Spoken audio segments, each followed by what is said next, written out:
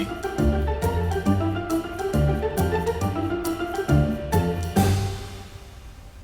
ये क्या है?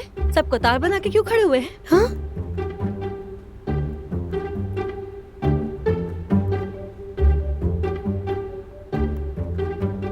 हाथ भी पीछे किए हुए हैं। हुआ क्या है? कुछ छुपा रहे हैं क्या मुझसे? बताइए ना। हाँ, मैं समझ गई। सरप्राइज देने का इरादा है मुझे शायद। मुमानी? हाँ, ठीक है। यानी वाकई सरप्राइज देने वाले हैं आप लोग मुझे, और मैंने आपका सरप्राइज प्लान खराब कर दिया। समझ गई मैं, इतनी समझदार हूँ मैं।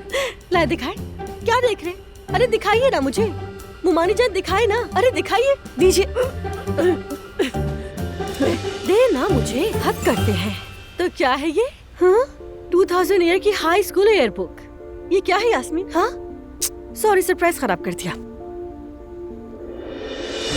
ये क्या है?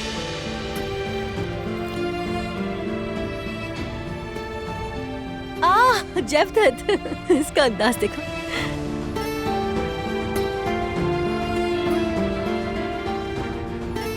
हाँ, ये क्या है? हमारा मुख्तसर सा प्यार और बहुत सी यादें जो चाहकर भी मिटाई या भुलाई नहीं जा सकती। परवीन की तरफ से जेवदत के लिए ये क्या है? क्या है ये? बताइए।